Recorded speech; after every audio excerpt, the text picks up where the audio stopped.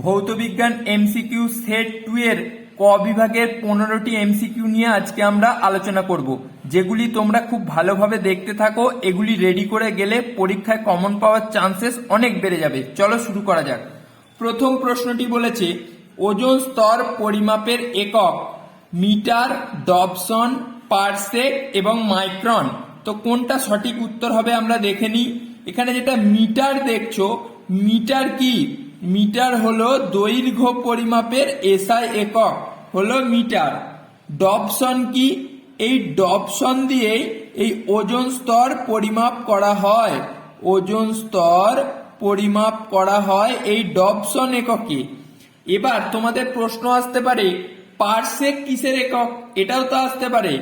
Parsec হলো মহাকাশ বিজ্ঞান অর্থাৎ জ্যোতির্বিজ্ঞানের বিভিন্ন দৈর্ঘ্য বা দূরত্ব পরিমাপের ক্ষেত্রে এই পারসেক এককটি ব্যবহার করা হয়।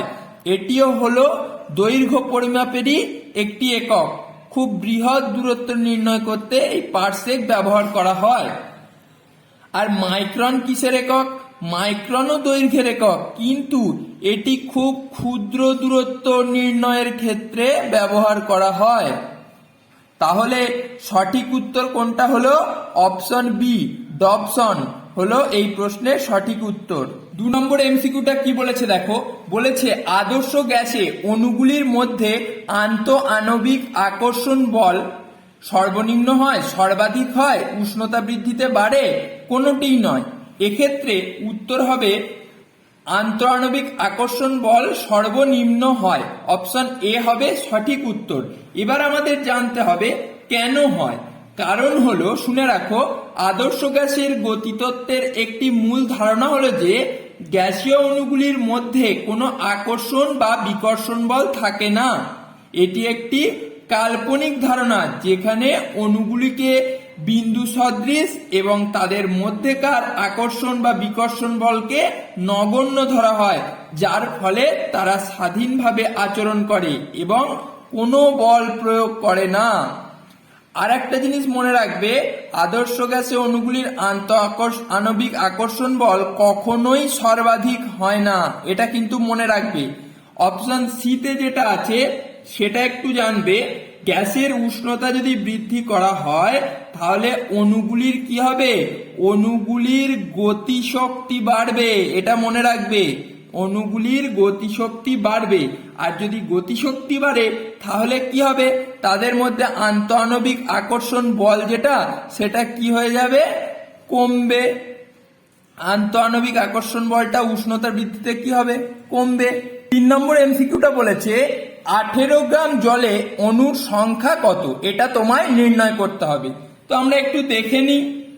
জল অর্থাৎ H2O এর মোলার ভরটাকে আমাদের আগে নির্ণয় করতে হবে। তাহলে এর মোলার ভর কত হবে?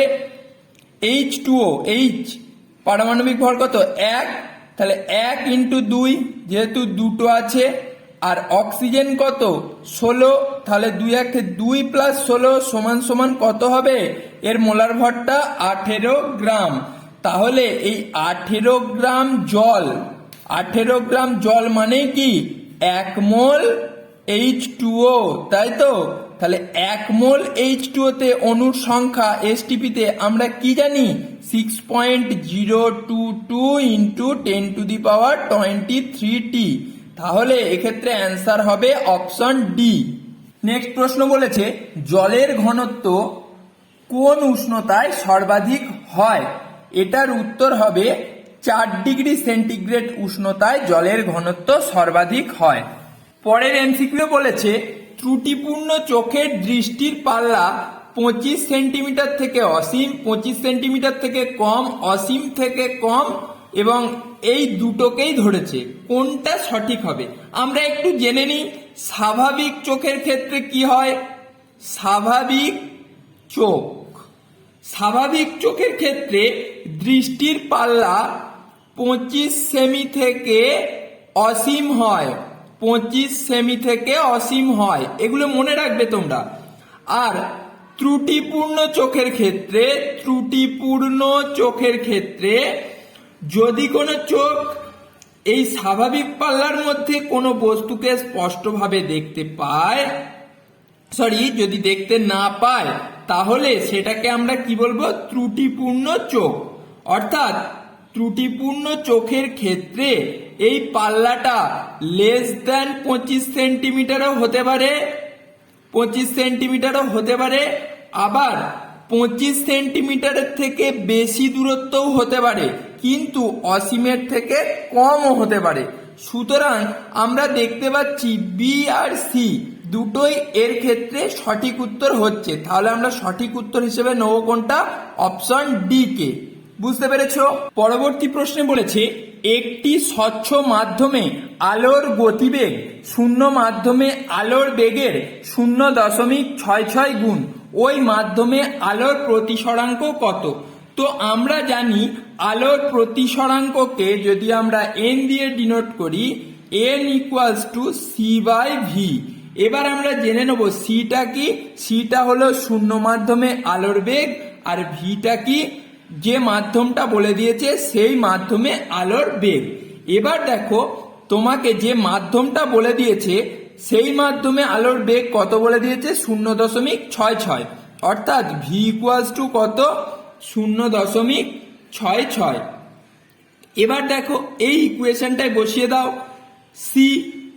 সিতে বসিয়ে দাও, সি বাই এটা কত হবে? 0.66 সি, মানে যে আলোর বেগের কত গুণ? 0.66 গুণ, তাই 0.66 গুণিতক সি। তাহলে এখানে বসিয়ে দিই 0.66 সি। তাহলে এই সি সি যদি ক্যান্সেল হয়ে যায় তাহলে কত পড়ে থাকবে? 1/0.66, তাই তো? এবার দেখো এখন এটাকে যদি ভাগ করি তাহলে এটা আমরা পেয়ে যাব 1.51, অর্থাৎ অ্যাপ্রক্সিমেট ইকুয়ালস টু কত হয়ে যাবে? 1.52, অর্থাৎ অ্যান্সার হয়ে যাবে কত? Option A 1.52। পরবর্তী প্রশ্নটিও খুব গুরুত্বপূর্ণ। বলেছে কি? বলেছে দুটি বিন্দু আধানের মধ্যে দূরত্ব দ্বিগুণ করলে ক্রিয়াশীল বল কি হবে? দেখো একটা বিন্দু আধান ধরি যদি এ, আর একটা বিন্দু আধান ধরলাম বি, এই দুটির মধ্যে দূরত্ব আমি ধরে নিচ্ছি আর।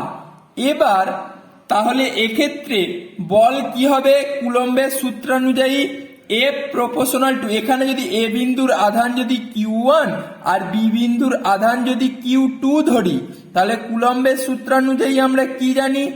আধান দুটির গুণফলের সমানুপাতিক, অর্থাৎ F proportional to Q1 Q2, এবং তাদের মধ্যবর্তী দূরত্বের বর্গের ব্যস্তানুপাতিক, অর্থাৎ এফ প্রপোর্শনাল টু 1/r²। এটাকে একত্রিত করে লিখলে আমরা কি লিখতে পারি? Q1 Q2 বাই r², তাই তো? এবার বলেছে দেখো এই যে দূরত্বটা এটাকে যদি দ্বিগুণ করি তাহলে এই আরটা যদি 2r হয়ে যায়, মানে যদি দ্বিগুণ হয়ে যায়, এইটা যদি 2r হয়ে যায়, আধানগুলো কিন্তু সেমই আছে, তাহলে কি হবে? তাহলে সেম ভাবে F proportional to Q1 Q2, এখানে করেছিলাম কি r², আর এখানে আমরা কি করব? যেহেতু দূরত্বটা r থেকে 2r হয়ে গেছে তাই 2r এর হোল স্কয়ার করে দেবো। তাহলে এক্ষেত্রে কি হবে? F proportional to Q1 Q2 by 4r², 2 square করলে 4 আর r²। তাহলে দেখো এই যে টার্মটা আছে আর এই যে টার্মটা, এই দুটোই তো সেম টার্ম, কিন্তু দেখো যদি দূরত্বটা দ্বিগুণ করে দিই তাহলে যেটা আগে ছিল তার থেকে কত গুণ হয়ে গেছে? 1/4 গুণ হয়ে গেছে। 1/4 ইন্টু এইটা আছে, দেখো এই যে 1/4 আলাদা আছে আর এইটা আছে, এইটুকু মানেই তো এইটা। তাহলে এখানে উত্তর হয়ে যাবে অপশন বি। পরবর্তী প্রশ্নটি তোমরা দেখতে পাচ্ছ, এখানে আমাদের আগে যেটা জানতে হবে লেঞ্জের সূত্র অনুযায়ী কি বলছেন তিনি? বলেছেন আবিষ্ট তড়িৎ প্রবাহ সেই কারণকে বাধা দেয় যা এটিকে উৎপন্ন করে। এই বাধাকে অতিক্রম করার জন্য যে অতিরিক্ত যান্ত্রিক শক্তি ব্যয় করতে হয় তা শক্তি সংরক্ষণেরই একটি অংশ। যদি আবিষ্ট তড়িৎ প্রবাহের দিক বিপরীত হতো তবে এটি একটি স্বতঃস্ফূর্ত শক্তি তৈরি করত, যা শক্তির সংরক্ষণ নীতিকে লঙ্ঘন করত। কিন্তু এটি তো তা করে না, অর্থাৎ লেঞ্জের সূত্র কিন্তু শক্তির সংরক্ষণ নীতি মেনে চলে, এটা দেখতে পারলাম। এবার আর কি বলছে সেটাও দেখি। লেঞ্জের সূত্রটিও আবিষ্ট তড়িৎ প্রবাহের দিক অর্থাৎ ইএমএফ এটার দিকও কি করে নির্দেশ করে। এই তড়িৎ প্রবাহের কারণ বা উৎপত্তি হলো কি চৌম্বক ফ্লাক্স, তার পরিবর্তন, এটাও মনে রাখবে, চৌম্বক ফ্লাক্সের পরিবর্তন, এগুলোও থাকতে পারে। সুতরাং আমরা কি বলতে পারি, অপশন সি হলো সঠিক উত্তর। এ আর বি দুটোই মেনে চলছে। প্রশ্নটি কি বলেছে দেখো, বলেছে নিউক্লিয় বিঘটনে কোনটি ব্যবহার করা হয়। এটা তোমরা জেনে রাখবে, নিউক্লিয় বিঘটনে নিউট্রন ব্যবহার করা হয়। কেন? কারণ নিউট্রন হলো নিউট্রাল অর্থাৎ চার্জ বিহীন, আর এই চার্জ বিহীন হওয়ার কারণে এটি নিউক্লিয়াস দ্বারা কি হয়, বিকর্ষিত হয় না, ফলে নিউক্লিয়াসে সহজে প্রবেশ করে এবং পারমাণবিক বিক্রিয়া শুরু করতে পারে। কিন্তু এগুলো কি চার্জযুক্ত, তাই জন্য এগুলো কি হয়, নিউক্লিয়াস থেকে সরে যায়। তাই উত্তর হবে অপশন ডি। পরের প্রশ্নে বলেছে পর্যায় সারণীতে দ্বিতীয় হ্রস্ব পর্যায়ে মৌল সংখ্যা কটি। এর উত্তরটি হবে 8টি, অর্থাৎ অপশন বি। দ্বিতীয় হ্রস্ব পর্যায়ে 8টি মৌল থাকে। সেগুলো কি কি একটু জেনে নাও, এটাও আসতে পারে অনেক সময়। Lithium, beryllium, boron, carbon, nitrogen, oxygen, fluorine এবং কি নিয়ন। তো তোমরা এই কটা কিন্তু মনে রাখবে, lithium, beryllium, boron, carbon, nitrogen, oxygen, fluorine, neon. এবার বলেছে নিচের কোনটি আয়নীয় যৌগ। সবার প্রথমে যে জিনিসগুলো তোমায় মনে রাখতে হবে, আয়নীয় যৌগ। আয়নীয় যৌগগুলো কি করে, ইলেকট্রন ট্রান্সফার হয়। আর সমযোজী যৌগের ক্ষেত্রে কি হয়, সমযোজী যৌগের ক্ষেত্রে ইলেকট্রন শেয়ারিং হয়, মানে ভাগাভাগি হয়। আচ্ছা, তাহলে দেখো এক্ষেত্রে ক্যালসিয়াম ক্লোরাইড অর্থাৎ CaCl2 এটা কি হবে, এটা হবে একটা আয়নীয় যৌগ। কেন? কারণ এক্ষেত্রে একে অপরের সাথে ক্যালসিয়াম এবং ক্লোরিন একে অপরের সঙ্গে ইলেকট্রন ট্রান্সফার করছে, তাই জন্য এক্ষেত্রে সঠিক উত্তর হবে অপশন এ। এবার অ্যামোনিয়া কি ধরনের যৌগ? অ্যামোনিয়া হলো একটি সমযোজী যৌগ। দেখে নাও কেন সমযোজী যৌগ। অ্যামোনিয়া স্ট্রাকচারটা এইরকম, অর্থাৎ দেখো এক একটা কোভ্যালেন্ট বন্ডের মাধ্যমে একে অপরের সাথে যুক্ত আছে এন এবং এইচ গুলো, তাই তো, তাই জন্য এটা একটা কি ধরনের যৌগ, সমযোজী যৌগ। আবার দেখো জল অর্থাৎ H2O এটাও কি করছে, এইভাবে ইলেকট্রন শেয়ারিং করে নিচ্ছে, তাই তো। আচ্ছা, আর সালফার ডাইঅক্সাইডটাও কি, এটাও এক প্রকারের সমযোজী যৌগ। তাহলে আয়নীয় যৌগ কোনটা হবে, ক্যালসিয়াম ক্লোরাইড, অপশন এ সঠিক উত্তর। পরের প্রশ্নটি দেখো, বলেছে নিচের কোনটি জলীয় দ্রবণে তীব্র তড়িৎ বিশ্লেষ্য। এখানে আছে অ্যাসিটিক অ্যাসিড বা ভিনিগার, এবং আছে সোডিয়াম হাইড্রক্সাইড, অ্যামোনিয়াম হাইড্রক্সাইড এবং কার্বনিক অ্যাসিড। এদের মধ্যে সঠিক উত্তর হবে সোডিয়াম হাইড্রক্সাইড, অর্থাৎ অপশন বি হবে সঠিক উত্তর। কেন? কারণ এই NaOH-টা জলে সম্পূর্ণরূপে বিয়োজিত হয়ে উচ্চ ঘনত্বের আয়ন তৈরি করে। এবার যদি তোমাদের প্রশ্ন দেয় যে একটি মৃদু তড়িৎ বিশ্লেষণের উদাহরণ দাও, সেক্ষেত্রে হবে অ্যাসিটিক অ্যাসিড বা ভিনিগার। ঠিক আছে, এটা একটা মৃদু অ্যাসিডেরও উদাহরণ, এটাও মনে রাখবে। কেন? কারণ এটি জলে আংশিকভাবে বিয়োজিত হয়। এবার আমরা চলে আসছি NH4OH। মনে রাখবে এটা একটা মৃদু ক্ষার। এটা কি? এটা একটি মৃদু ক্ষার এবং এটি জলে আংশিকভাবে বিয়োজিত হয়। আর এই যে কার্বনিক অ্যাসিড, এটাও কি এক প্রকারের মৃদু অ্যাসিড। এটা কি মৃদু অ্যাসিড, এটাও কিন্তু জলে অল্প পরিমাণে বিয়োজিত হয়। এই প্রশ্নটি দেখে নি চলো। বলেছে হাইড্রোজেন সালফাইড গ্যাসের মধ্যে লেড অ্যাসিটেট দ্রবণে সিক্ত কাগজ ধরলে তা কি বর্ণ ধারণ করবে। তাহলে এটা তোমাদের রিয়াকশন আকারেও লিখতে দিতে পারে এসে কিউতে বা বিভাগ গ বা ঘয়ে। তো চলো আগে রিয়াকশনটা দেখে নি। হাইড্রোজেন সালফাইড গ্যাস অর্থাৎ H2S গ্যাস, এ যদি লেড অ্যাসিটেট অর্থাৎ PbCH3COO2 এর সঙ্গে জলীয় দ্রবণের সঙ্গে বিক্রিয়া করে, তাহলে কি উৎপন্ন করে? লেড সালফাইড PbS, এবং কি উৎপন্ন করে? Acetic acid CH3COOH। এখানে 2 ব্যালেন্স হয়ে গেল। তো এই লেড সালফাইড উৎপন্ন করছে। লেড সালফাইডের রং কি হয়?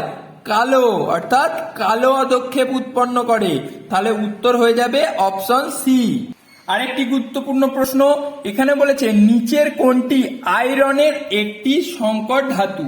এখানে উত্তর হবে অপশন এ ইনভার। বাকিগুলোও জানবো, শুনে নি। ইনভারের মধ্যে কি থাকে? ইনভারের মধ্যে থাকে নিকেল,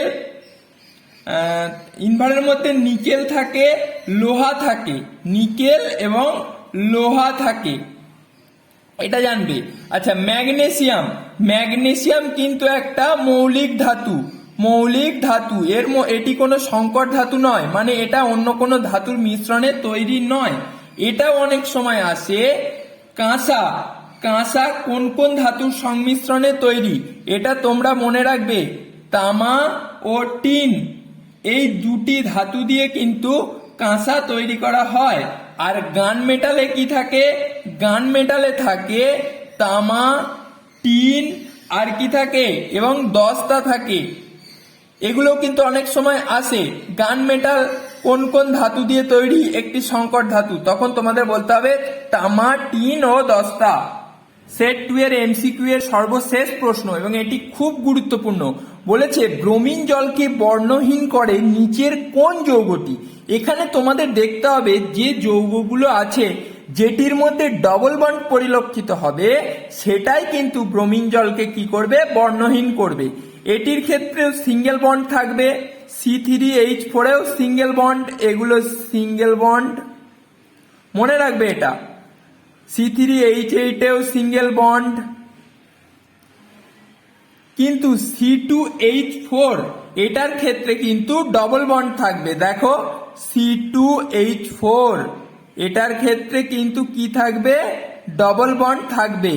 তাই জন্য এটা কি করবে? ব্রোমিন জলকে বর্ণহীন করবে। আমি রিয়াকশনটা দেখাচ্ছি।